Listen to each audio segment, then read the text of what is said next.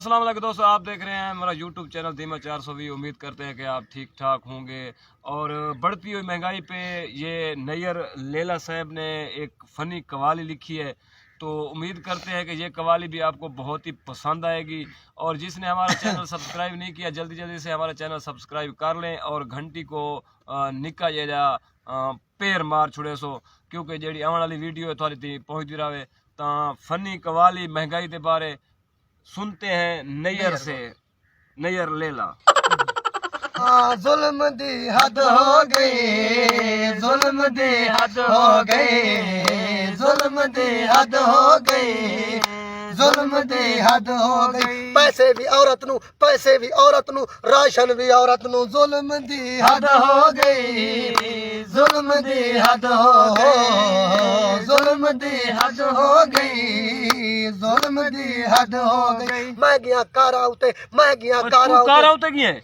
जुल्म दी हद हो गई, जुल्म दी हद हो गई, जुल्म दी हद हो गई। जला यूनिट 4 हा, जला यूनिट 4 हा, वला भी बिल 1000 हा, जुल्म दी हद हो गई, जुल्म दी हद हो गई, जुल्म दी हद हो गई, जुल्म दी। हाथ में दे पैसे तहन, हाथ में दे पैसे तहन, बात भी अट्टा पिंदारियां, जुल्म दी हद हो गई, जुल्म दी हद हो गई, जुल्म दी हद हो गई, जुल्म दी हद हो गई। ए मैं करके दिखे सा, ए मैं करके दिखे सा, लइए को तहसील बड़े सा, जुल्म दी हद हो गई, जुल्म दी हद हो गई, जुल्म दी हद हो गई, जुल्म दी हद हो गई। हुण ता शुबात बस चकर, हुण ता शुबात बस चकर, मार गई तैदी महंगाई, जुल्म दी हद हो गई, जुल्म दी हद हो गई,